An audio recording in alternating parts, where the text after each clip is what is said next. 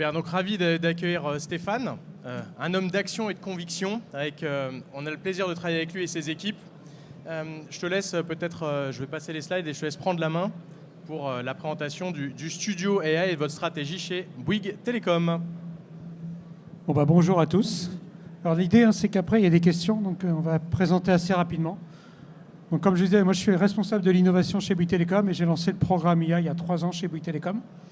Et il y a une conviction dont je suis certain, c'est que le changement de l'IA dans une entreprise passera par les collaborateurs. Donc on a lancé un programme extrêmement ambitieux chez Bouygues Télécom pour former l'ensemble des collaborateurs à l'IA. Et vous avez une des personnes qui travaille sur le projet IA, par exemple chez Bouygues Télécom, qui venait témoigner tout à l'heure. On a beaucoup de projets IA chez Bouygues Télécom. Donc on a, si tu permets, en fait, on a 3 grands streams sur l'IA chez Bouygues Télécom. Comme je vous disais, pour moi, ce qui est presque le plus important, c'est les collaborateurs. Quel outil on met à disposition de l'ensemble des collaborateurs pour qu'ils puissent utiliser l'IA dans leur quotidien. Un peu comme quand il y avait l'Internet, vous ne pouviez pas imaginer travailler dans une entreprise qui n'avait pas accès à Internet dans les années 2000. Et bien aujourd'hui, si vous avez une entreprise qui n'a pas un accès à un GPT-5 et pas accès à des bonnes IA, je pense que vos collaborateurs, déjà, vous ne les garderez pas, ils seront moins efficaces. Donc aujourd'hui, on essaye, nous, d'avoir les meilleurs outils IA pour les collaborateurs. Deuxième stream qui est extrêmement important, et vous en avez vu un exemple tout à l'heure avec l'assistant de vente qu'on a fait avec Google, c'est ce qu'on fait dans chacun des métiers. Aujourd'hui, par exemple, avec Salesforce, on a Einstein, on a une console augmentée pour les conseils de clientèle, on a un répondeur automatique, on a beaucoup d'IA qui sont pour les métiers, qui sont vraiment dédiés à un usage métier. Et le troisième stream, qui n'est pas négligeable non plus, c'est qu'est-ce qu'on apporte comme IA à nos clients. Vous l'avez vu parce que c'était annoncé en février dernier. On a fait un deal avec Perplexity. Donc aujourd'hui, on offre Perplexity à tous nos clients Bouygues Télécom. On a fait aussi un deal avec la mairie de Meudon. Aujourd'hui, on fait des répondeurs automatiques et c'était annoncé hier, c'est intégré dans toutes les box pro de Bouygues Télécom. On a aujourd'hui des IA qui font des répondeurs automatiques. Par exemple, aujourd'hui, si vous appelez la mairie de Meudon en dehors des heures d'ouverture, vous aurez accès à plein d'informations qui seront données directement par une IA. Alors, je vais vous dire un peu le chemin qu'on a fait. Je voyais tout à l'heure, on parlait d'IA de journée. Aujourd'hui, je vous donne où on en est chez Bouygues Télécom. Et après, alors, j'étais certain que ce slide allait poser des questions. En fait, quand j'ai commencé en 2024, la première chose qu'on a fait, c'est l'IA générative. L'IA générative, on était en fait en train de se dire, voilà, vous avez OpenAI qui venait de sortir GPT, c'est comment aujourd'hui, avec l'IA, j'ai la capacité d'aller chercher dans de la documentation. Donc on était vraiment dans le collaborateur augmenté, c'est-à-dire le collaborateur, il avait une IA qui lui corrigeait ses fautes, une IA qui lui faisait un résumé, une IA qui était vraiment dans le côté, on peut dire, documentaire. 2025, on est passé à l'ère de l'IA agentique. Et c'est pour ça que je me suis tourné vers Prism. J'étais allé en Asie, et en Asie, tous les gens travaillaient sur ce qu'on appelait un IA Studio. Et donc nous, on a créé notre IA Studio. C'était pour préparer l'ère de l'agentique. Qu'est-ce que l'ère de l'agentique? C'est qu'aujourd'hui, et c'est en production maintenant depuis le 1er septembre, et on l'avait avec plus de 200 collaborateurs, c'est la capacité pour les collaborateurs de créer des agents. Alors c'est quoi un agent par rapport à ce que faisait l'IA avant? Un agent, je vous donne un exemple, c'est une IA qui va prendre une action. On a par exemple un agent aujourd'hui qui est capable d'aller dans nos bases de données récupérer le code PUC des clients. On a un agent qui est capable de demander à la vérification de l'identité d'un client. On a un agent qui est vraiment capable de faire des choses, vous accompagner dans un métier. Aujourd'hui, on a fait 2 choses avec ces agents. On a des agents spécialisés qui font ce qu'on appelle du RAG as a service. Alors, je ne sais pas si ça vous parle, mais c'est-à-dire qu'aujourd'hui, avec le studio IA et avec l'outil Prism, on est capable aujourd'hui, vous allez faire une demande d'achat, vous allez faire un appel d'offres, vous allez avoir 20 réponses à cet appel d'offres, vous allez mettre tous vos documents dans un répertoire et on va avoir une IA, un LLM qui va pointer dessus, qui va vectoriser toutes ces données et après vous allez interroger l'ensemble de ces données avec vos collaborateurs. Quelle est l'offre la moins disante? Est-ce qu'il y a des clauses qui sont bien respectées par rapport à cahier des charges? Qu'est-ce qui n'est pas fait? Donc vous allez vraiment travailler avec un agent qui aura cette capacité. On va faire du RAG as a service sur l'ensemble des données. Alors si vous lancez ça dans votre entreprise, la première question que vous pourrez poser, c'est la question de l'héritage du droit. Parce qu'aujourd'hui, si vous avez des données qui sont sensibles, tout le monde n'a pas le droit d'accéder à ces données. Donc comment je fais que mon agent hérite des droits des collaborateurs? C'est ce qu'on a fait avec Prism.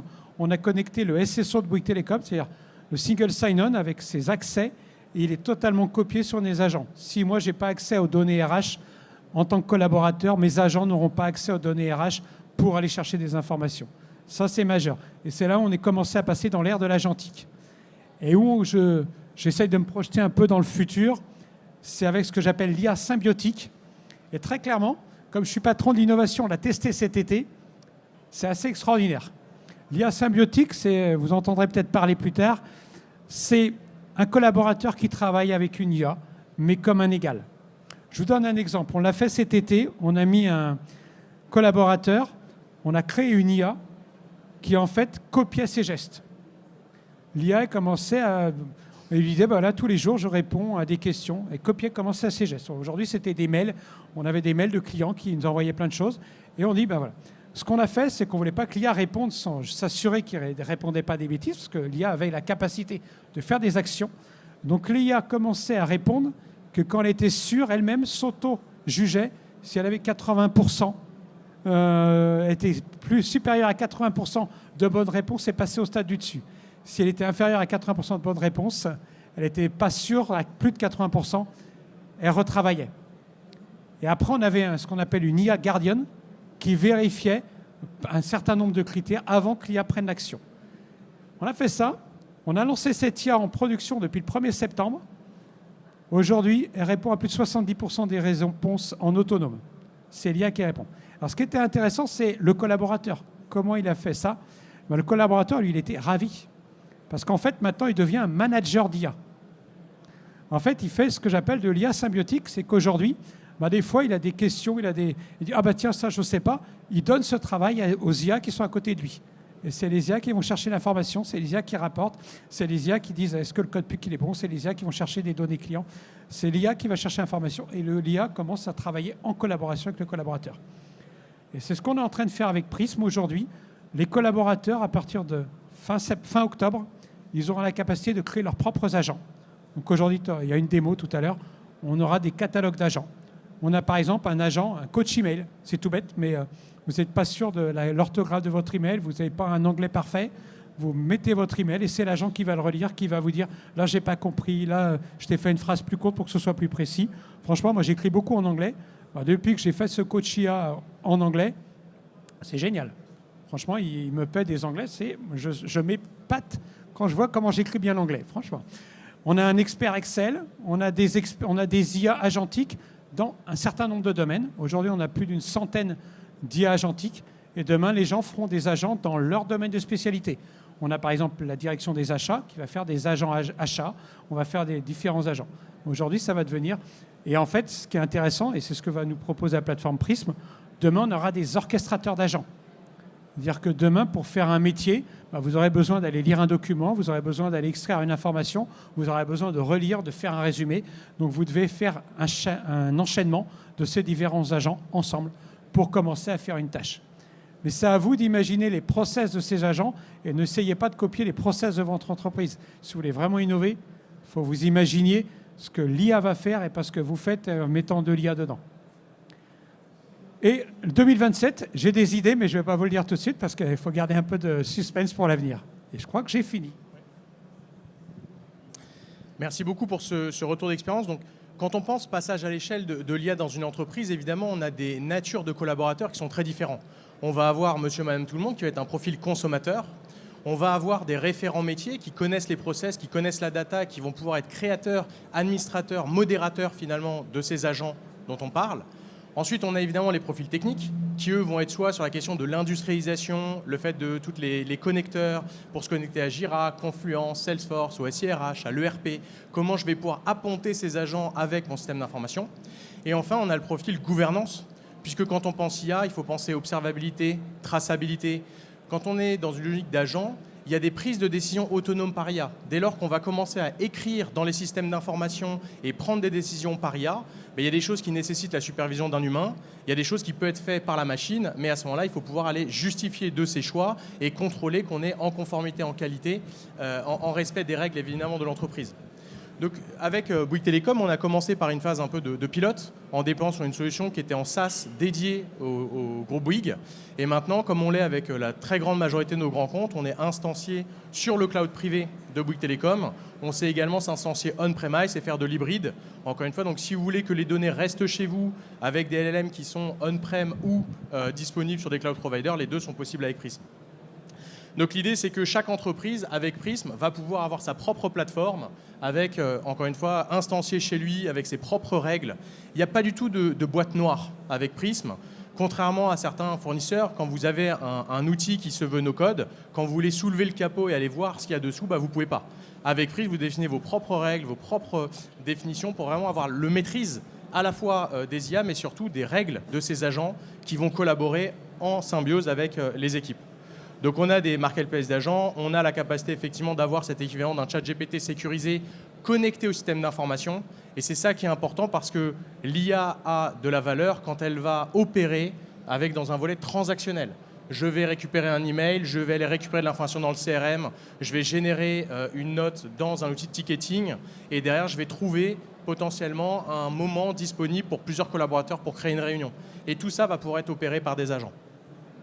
Pour montrer des choses concrètes, j'ai prévu une petite vidéo en 3 étapes. D'abord sur cette question un peu de l'IA du quotidien, avec justement la capacité d'avoir cette approche multi-LLM et de fournir à l'ensemble des collaborateurs pour répondre à cette contrainte du shadow IA, l'état de l'art du marché en posant des questions, la capacité d'aller interagir avec les contenus qui sont générés par IA. Et donc là, je vais avoir une réponse qui va générer dans un canevas, en l'occurrence un graphique. Dans cet exemple-là, j'ai simulé les données, mais il faut imaginer qu'on est connecté avec vos outils internes et donc on va pouvoir les requêter en langage naturel directement dans des bases de données pour avoir l'évolution des prix, tel qu'on le fait d'ailleurs avec les équipes de Bouygues Telecom, pour voir quelle est l'évolution des prix sur 12 mois par rapport à une offre donnée, par rapport à la concurrence. Derrière, on va avoir la capacité de charger de la documentation avec nativement le Canva que je vous ai montré, la question du Deep Research. Donc encore une fois, quelque chose qui est sorti finalement en 2025 et est déjà déployé sur la plateforme. L'idée, c'est que vos équipes IT, plutôt que de développer seules dans leur coin, elles aient la plateforme et elles puissent aller créer de la valeur en créant des projets et elles nous laissent finalement la charge de maintenir à jour cet applicatif. Très important sur la question de la gouvernance, on sait exactement qui fait quoi sur la plateforme en termes de token d'entrée, token de sortie, en termes de coût des requêtes, coût d'un agent, en termes de requêtes aussi de CO2. Où est-ce que je me situe par rapport à un politique RSE, sachant qu'on sait que potentiellement la question de l'impact carbone des IA est un sujet important. Donc c'est des choses qu'on préembarque également de manière native sur la plateforme. Donc là, je vois moi mon usage personnel avec mon propre dashboard, mais je peux à tout moment, et ça c'est important aussi, consommer ces IA ailleurs.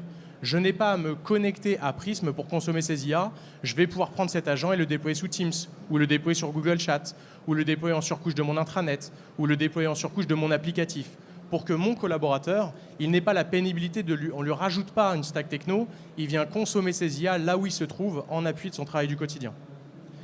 Là, je montre effectivement ce que tu as évoqué tout à l'heure, le RAG as a service, la capacité pour des métiers qui sont identifiés de charger la documentation, de pouvoir choisir parmi un modèle de données et systématiquement de, encore une fois, avoir les statistiques, quelles sont les questions qui sont les plus posées, quels sont les documents qui sont le plus recherchés, quel est le contenu qui a été généré grâce au Canva. Encore une fois, la valeur d'une connaissance, c'est une connaissance qui est vivante, qui est utilisée. Si dans un outil de type SharePoint, j'ai 60% de ma donnée qui n'est jamais consommée, est-ce qu'elle a vraiment de la valeur ? Donc il y a aussi une question de repenser la manière dont on crée, on consomme de la donnée, et on pense que l'IA va avoir un gros enjeu là-dessus.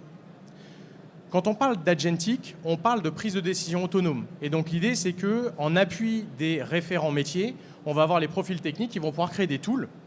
Les tools, ce sont donc à la fois des tools qui sont sur étagère, comme le Deep Research, comme la question du Canva, la recherche web.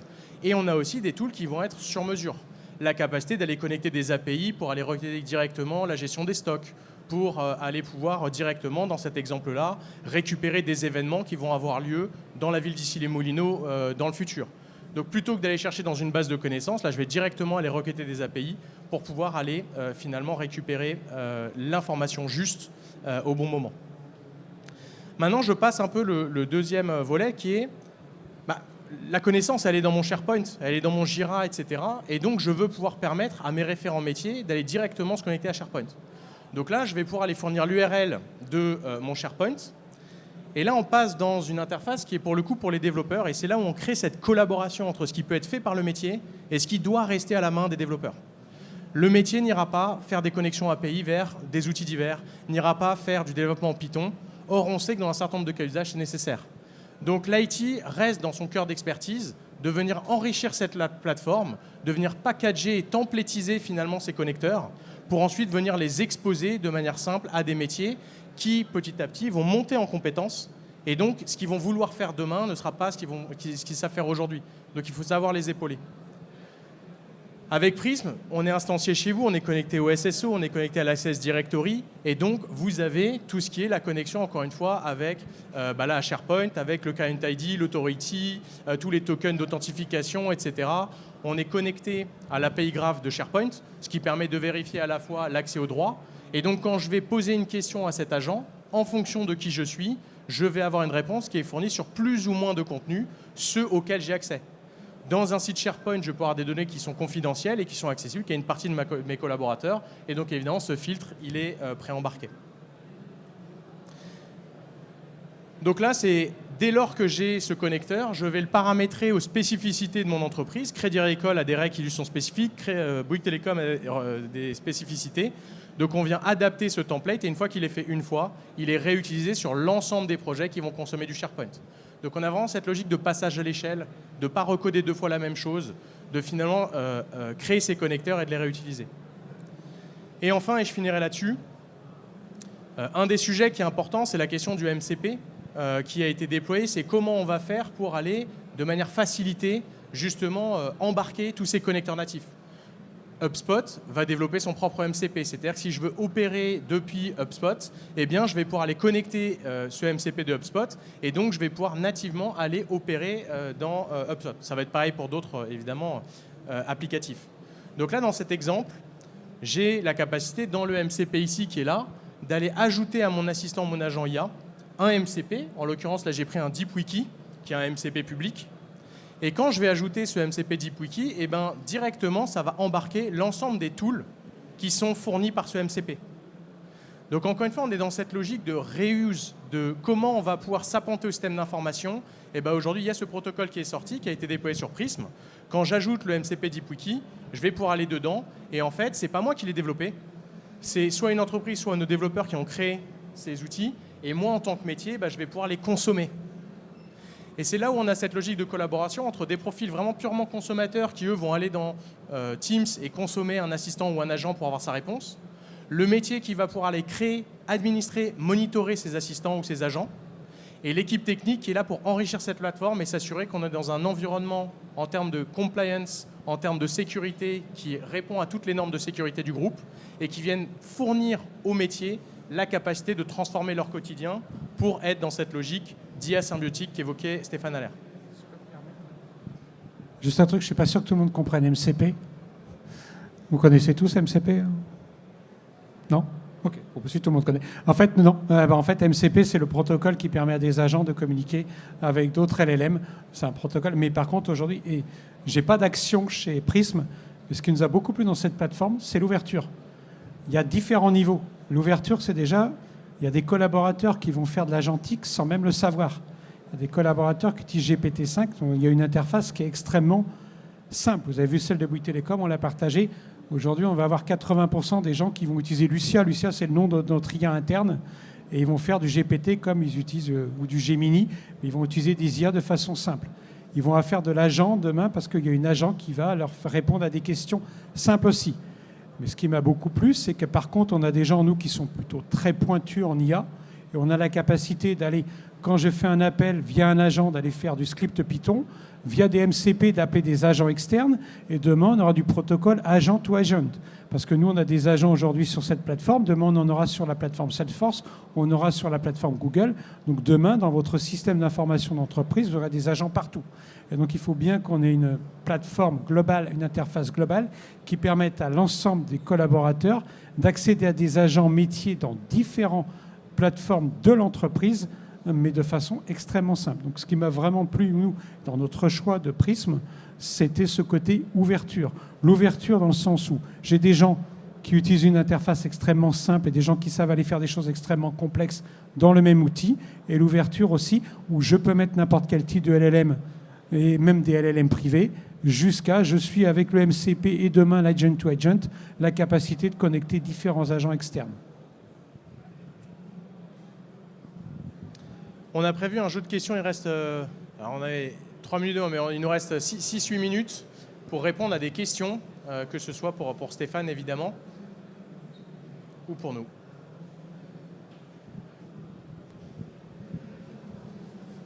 Bonjour. Bonjour, merci pour cette présentation. C'est une question pour Stéphane.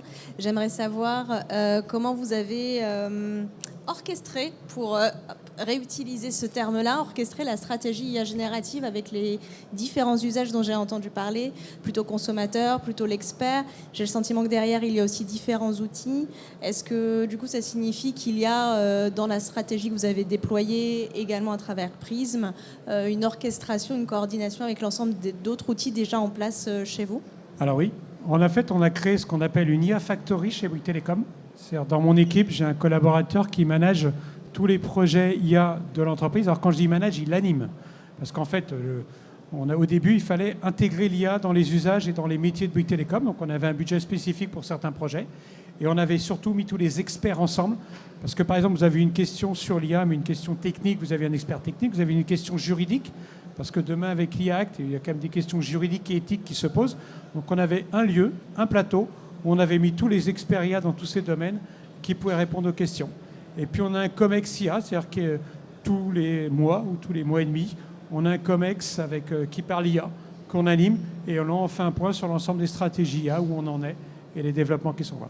Donc on a vraiment cette visibilité sur l'ensemble des projets IA de l'entreprise. Merci. En Rex, de ce qu'on voit chez Bouygues Telecom, là où ils ont été très bons, c'est sur l'acculturation. Ça fait de longue date en fait que les équipes animent des ateliers avec les métiers. Et encore une fois, quand on parle d'IA agentique, symbiotique, c'est pas quelque chose qui se décrète, c'est quelque chose qui se construit. Et c'est vrai que pour le coup, avec tes équipes, vous avez été très fort sur cette question animation, à la fois dans des clubs, on va dire techniques, de profil vraiment plutôt technique, mais aussi sur tout l'aspect fonctionnel, pour que les métiers soient partie prenante, avec toute la question que ça aussi soulève, même de débats vis-à-vis des syndicats, etc. Il y a tout un débat à faire. Il faut embarquer l'entreprise vers cette transformation, et ça soulève beaucoup de questions. Est-ce que vous avez d'autres questions ?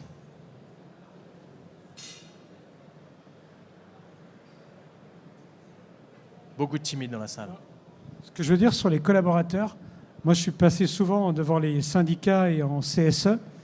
En fait, ce que j'ai expliqué aux collaborateurs, il y a une vraie appétence maintenant sur l'IA, c'est que les collaborateurs qui ne maîtrisent pas l'IA demain, ils risquent de perdre leur job. Et c'est vrai, hein, aujourd'hui. En fait, on a entraîné les syndicats avec nous et on a vraiment une volonté de former l'ensemble des collaborateurs.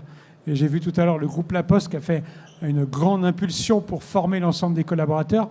Et je tire mon chapeau parce que c'est ce qu'il faut faire dans toutes les grandes entreprises, c'est pousser les collaborateurs et donner les moyens aux collaborateurs d'utiliser l'IA parce que c'est leur donner un futur. Parce que sans l'IA, demain, vous serez un peu dépassés. Et d'ailleurs, c'est moi qui vais te poser une question. C'est parce que tu es en charge aussi des nouveaux business chez Bouygues Telecom. Et justement, cette question de l'IA dans la place de la performance, on va dire, au sens de l'entreprise Bouygues dans son écosystème et par rapport au service. Donc tu parlais de Perplexity, de l'offrir à vos collaborateurs. Pour toi, quelle est la place que demain doit avoir l'IA dans ces nouveaux projets, dans ces nouveaux produits que vous allez sortir? Et est-ce qu'on peut se passer aujourd'hui de le déployer? On ne peut pas se passer de déployer, malheureusement. Malheureusement, c'est une opportunité. Ça arrive. Donc, il faut en faire de toute contrainte, il faut en faire une opportunité.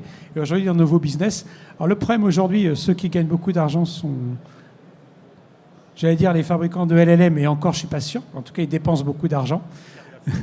Les Nvidia, lui, c'est sûr, ils gagnent beaucoup d'argent. J'ai vu qu'il y a un stand. Par contre, aujourd'hui, des entreprises qui font un business avec de l'IA rentable de façon... je ne sais pas. Je pense qu'il faut qu'on se réinvente. Mais je pense que par contre, nos clients, et vous voyez, par exemple, nous, on avait fait avec l'OTT, avec Netflix, et c'est pour ça que moi, j'ai poussé à faire le corps avec Perplexity. On doit aussi aider nos clients, que ce soit grand public ou entreprise, à utiliser le meilleur de l'IA. Donc, ce qu'on a fait avec les collaborateurs, on essaye de le faire à nos clients. Et on a beaucoup de clients aujourd'hui qui viennent nous voir pour dire, mais qu'est-ce que vous faites avec l'IA? Comment nous, on peut l'utiliser? Et ça, je pense surtout qu'on n'est pas en compétition. Il y a tout intérêt à partager entre nous.